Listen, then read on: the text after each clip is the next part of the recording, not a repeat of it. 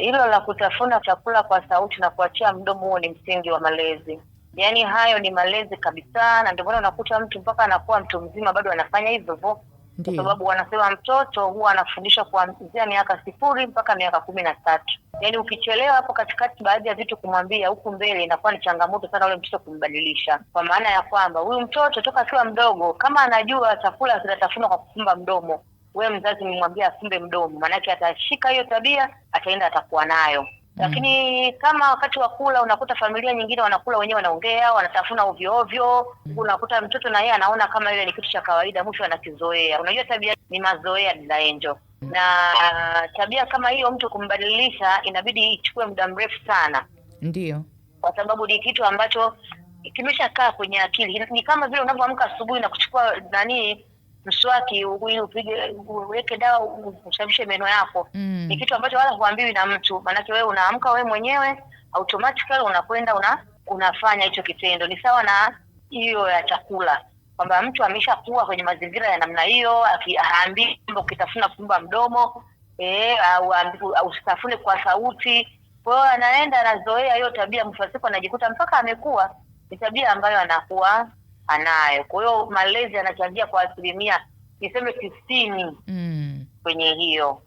Hakuna kujisahau tu na mtu akaamua kuwa na tabia hiyo ukubwani. Hapana. Yaani mimi na hiyo tabia ninachojua mara nyingi ni tabia mtu ambaye anakuwa nayo. Yaani kumbadilisha ukubwani inakuwa ni labda aende akasome, akafutane na mazingira tofauti. Kwa mfano kuna maeneo ukienda utaki kula na kisu sio na mkono, lazima utumie kisu sio na uma. Ndio. Ajifunze. Kuna wanaojifunza waka-adapt, na ndio maana nasema 90%.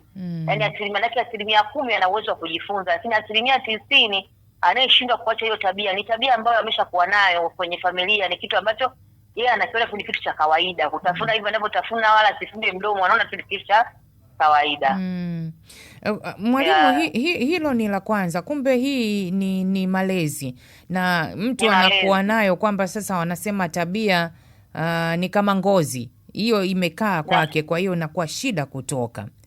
Na kama yupo anayetusikiliza, ina maana sasa anaweza kujifunza, kwa sababu ajue ni kitu kibaya. Wakati mwingine hata ukimwambia anakukasirikia.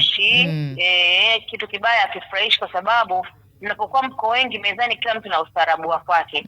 Kwa hiyo wewe unaweza ukamfanya mwingine afaraike, ashinde kula vizuri, kwa sababu anakuangalia wewe namna ambavyo unatafuna kwa fujo.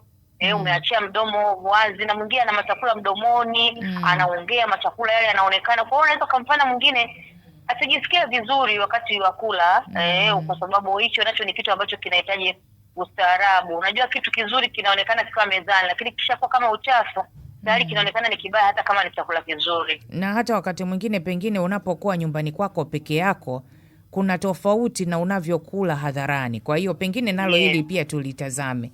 Unapokuwa nyumbani peke yako, hata mimi na wewe ambao tumejifunza kula vizuri, kuna namna ya ukaaji wako, kula kwako, si unajua uko peke yako. Kwa sababu uko peke yako. Lakini unapokuwa kwa watu wengi, usiwafanye na wengine wakajisikia vibaya kwa sababu ya furaha zako wewe. Sawa, jambo lingine hapo mwalimu, tuone hili kwamba tunakula chakula, lakini katika ile meza au pengine hata sehemu za hoteli hizi ndogo ndogo ambazo tunakwenda kula kwenye migahawa niseme, unakuta meza moja mnaweza mkakaa watu tofauti 4, lakini mezani pale chumvi pengine utawekewa labda pengine viungo vingine viko pale, lakini mtu anavusha mkono wake juu ya chakula cha mwenziwe kwenda kuchukua kitu kingine. Hili nalo ni kukosa ustaarabu, au ni haraka, ama ni kitu gani? Ni kukosa ustaarabu, kwa sababu kama mko 4 hapo mezani, una uwezo wa kumwambia mwenzako nisogezee chumvi, nisogezee stiki, nisogezee uma kama vimekaa mbali. Kwa sababu unaponyanyua mkono wako na kuvusha kwenye chakula cha mtu mwingine, huo ni uchafu. Unamfanya mwenzako naye ajisikie vibaya. Kila mtu ana kwapa lake, kila mtu ana harufu yake, kila mtu ana usafi wake. Kwa hiyo unapofanya hivyo pia hiyo ni kero kwa mtu mwingine. Mstaarabu ataomba, naomba unisogezee kitu fulani, na mwenzako ambaye yuko pembeni utakusogezea na utakichukua kwa ustaarabu. Kuna mazungumzo ulidokeza kidogo wakati tunaanza pointi yetu ya kwanza ya kutafuna, kwamba kuna mazungumzo. Pengine tumekubaliana mimi na wewe tukutane wakati wa chakula cha mchana, tufanye mazungumzo yetu. Tunazungumza biashara, tunazungumza mambo mbalimbali ambayo tunajua hatuna muda mwingine wa kuzungumza, lakini tunakwenda kwenye chakula. haya mazungumzo, kuna wengine wanazungumza hawajui namna ya kuzungumza wakati wa chakula. Ili nalo unalizungumzaje? Namna gani tuzungumze ili tuwe salama? Kwanza mara nyingi huwa tunakosea kwa sababu tunafanya kwa mazoea. Kwamba tunakula huku tunazungumza. Kistaarabu kabisa, unatakiwa muda wa kula ni muda wa kula, uheshimu. Mnafanya kama mnafanya kwenye mazungumzo, mnafanya mazungumzo, mkimaliza kufanya mazungumzo mnaagiza chakula, mnakula, then mnaweza kula kama mnazungumza kidogo kidogo, lakini ile ajenda ya kula imepita na ajenda ya mazungumzo yale ya msingi inakuwa imeshapita. La, kama mmeamua mnazungumza wakati mnakula, basi ndio hiyo kwamba unakula kistaarabu, at least mkaweze kusikilizana, ila kiuhalisia chakula kina heshima yake. Na ndio maana unakuta watu wastaarabu kama wameitana mahali kwenye mazungumzo, wataanza kuzungumza, wataagiza chakula. Baada ya hapo wataleta chakula, kitakuwa mezani, wataendelea kula, alafu kama ni mazungumzo mengine yataendelea. Na hata kama wakati wanakula hawezi kuwa wanazungumza sana, kwa sababu tayari mazungumzo wanakuwa wameshayafanya. Ikiustaarabu mnatakiwa mfanye mazungumzo mle, kama ni mazungumzo mengine yaendelee, lakini ule wakati wa kula na kuwa mnafanya mazungumzo ni kama tunafanya kwa mazoea tu. Lakini kiuhalisia ukifuata table manner ni kitu ambacho hakiruhusiwi. Yani ukitafuna ukiwa unatafuna huku unazungumza pia sio ustaarabu. Ndio yale tunaosema kwamba mwingine anaweza akajisikia vibaya kwa sababu wewe una chakula mdomoni huku unaendelea kuzungumza. Maana yake umeze chakula chako, kisha meza unaweza kuzungumza. Usizungumze ukiwa una chakula mdomoni. Hii nayo inakuwa ni sehemu B. Mtu anaweza akawa amefundishwa vizuri kutafuna kwa ustaarabu, lakini hajafundishwa namna ya kufanya mazungumzo wakati wa lunch time ama wakati wa breakfast.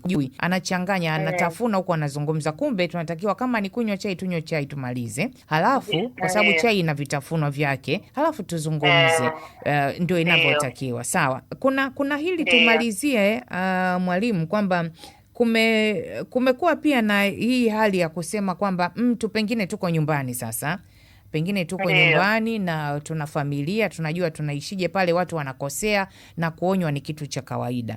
Kuna tabia ya wazazi au walezi kumwonya mtu wakati wa chakula. Kuna yale makosa yale ambayo yanatokea kwenye chakula. Mwalimu utatusaidia, ni sawa kumwonya pale pale ama nimwache amalize ndo nimwambie? Lakini kuna makosa ambayo aliyafanya nje ya meza, asubuhi huko labda mchana au jana, na alileta mezani na muonya. Hii ikoje? Tunafanyaje hapa? Hiyo ni mbaya sana. Na mimi nakumbuka hata sisi wakati tunalelewa na wazazi wetu zamani, ulikuwa unarudi nyumbani hujui hata kama unakosa. Utafika nyumbani kama umetoka shule, utabadilisha nguo zako, utaoga, utafanya shughuli za nyumbani, utakaa mezani, utakula chakula. Umemaliza kula chakula, mzazi ndo anakuita. Anakuambia, mwanangu njoo, leo umefanya 1 2 3. Na hata kama atakuadhibu, anakuadhibu ukiwa umeshakula. Ni kitu kibaya sana kama mtu amefanya makosa au mtu yote anafanya makosa. Akifika mezani anakaa tu anaanza kula chakula, unaanza kumwambia yale makosa yake na kumsema. Hiyo inasababisha wengine anajikuta hawezi kula tena, anaacha chakula. Hata kama anakula chakula, anakula kwa uchungu. Unajisikiaje kama ni mtoto wako anakula huko analia machozi? Ni kitu kibaya. Usimseme mtoto akiwa anakula, au usimseme mtu mwenye makosa akiwa anakula. Amalize kula, baada ya kumaliza kula unaweza kumuita, ukamuonya na kumwambia makosa yake, au kama ni kumwadhibu kumwadhibu, lakini akiwa ameshakula, ameshashiba. Kula ni ibada, kula ni heshima. Kwa kula ni kitu ambacho tunatakiwa tukithamini. Wakati mwingine si watoto tu, hata watu wazima, pengine labda hata watu wazima hata watu wazima. Kuna watu wana hiyo tabia. Yaani na mtu anakosa hapo nyumbani, atakaa amekaa tu mezani anataka kula, ndo anaanza kumbe, wewe jana ulifanya 1 2 3, au wewe leo ulifanya 1 2 3. Sio kitu kizuri, kwa sababu mwacha maliza ibada yake, utamsema. Ndio watu tunaambiwa kwenye maisha tu tunapenda kujifunza, kwa tunajua hiki tufanye wapi, saa ngapi na ni kwa nini. Kwa hiyo kila kitu lazima kiende katika mpangilio maalum.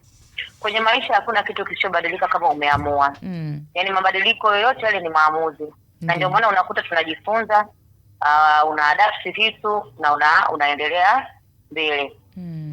Ndio maana unakuta kuna wengine pia hata hatuwezi kula na kijiko na uma, lakini kwa kujifunza unakuta mtu akienda mahali anaweza kula kijiko na uma.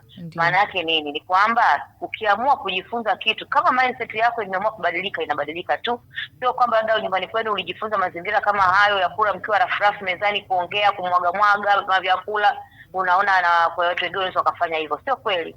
Wote unapoenda lazima ujifunze ustaarabu wa huko. Na ukitaka kuwa smart pia unaamua, unajifunza na vitu vinabadilika. Kwa mabadiliko ya mtu yako kwenye kichwa chake. Ndiyo. Ni yeye tu na maamuzi yake. Kwa hiyo kubadilika inawezekana. Kwa msaada zaidi, labda msikilizaji angependa kuzungumza nawe, unapatikana kwa mawasiliano yepi? Mimi napatikana kwa namba ya simu 0758 59 32 20, lakini ni mtu anitumie basi message. Maana sipigwe sana. Mitandao ya kijamii najulikana kama Violet Konyani, Instagram, Facebook pia hivyo Violet Konyani, lakini pia Instagram kuna page ya kwangu ambayo ni taasisi, ninafanya shughuli za kiofisi, inaitwa Women Power for Development.